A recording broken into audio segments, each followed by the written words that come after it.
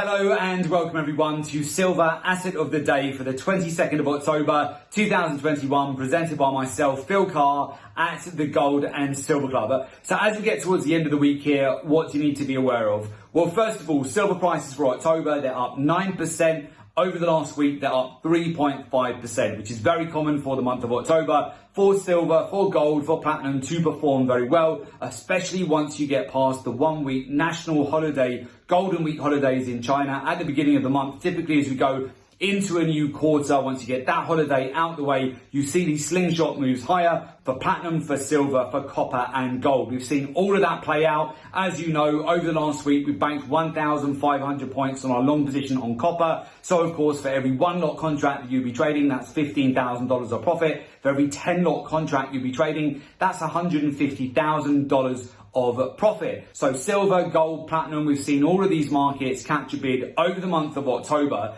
Therefore, what can you expect next? So typically between now and the 5th of November, which in actual fact is non-farm payroll day, normally the metals, they continue to get well supported between now and that date. So you see range bound price action to upside, but watch out as you go into the month of November. From the 8th of November onwards, often this is where the month of November is corrective for the metals. It's been this way for silver over the last 7 years in a row. A great example would be just to go back and see what happened in 2020. Gold and silver had significant sell-offs. In fact, silver sold off by more than 10% in November of 2020. This is very common to see over the month of November.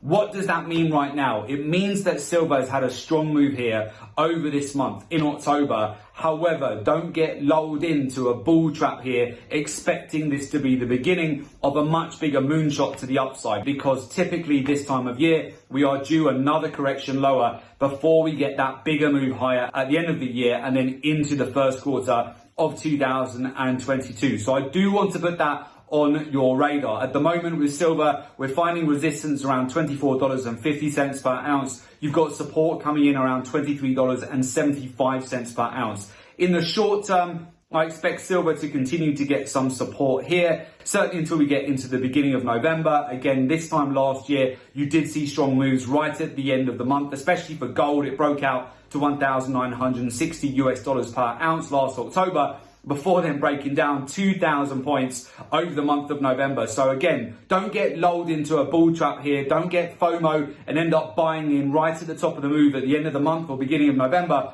only to then see the price action again correct. I would definitely look out for that as we head into the month of November. Now, in the short term, the major news item that we have coming up is going to be next Thursday's European Central Bank announcement. Again, usually the playbook leading into the European Central Bank is that you will see metals get a bid at the beginning of the week, over Monday, Tuesday and Wednesday. Typically, even into Thursday's European Central Bank announcement, you get some degree of support. Then into the Friday is often where you get the trap and the selling pressure afterwards. We'll cover that in more detail with you next week, but I would be very mindful of that, which is the typical playbook as you go into a European Central Bank announcement for the precious metals. So again, October has been a terrific month, especially for our positions on the metals. We're still in a number of trades that we entered right at the beginning of the month that we continue to manage those very profitable trades. So I congratulate everybody who's really been able to capitalize on the markets over the month of October. And of course, this comes back down to utilizing a research-driven approach to the market, using statistics, data, market intelligence, understanding and learning the daily, the weekly, the monthly, the quarterly cycles in the market. Alongside that, the key areas of liquidity, macroeconomics, combine that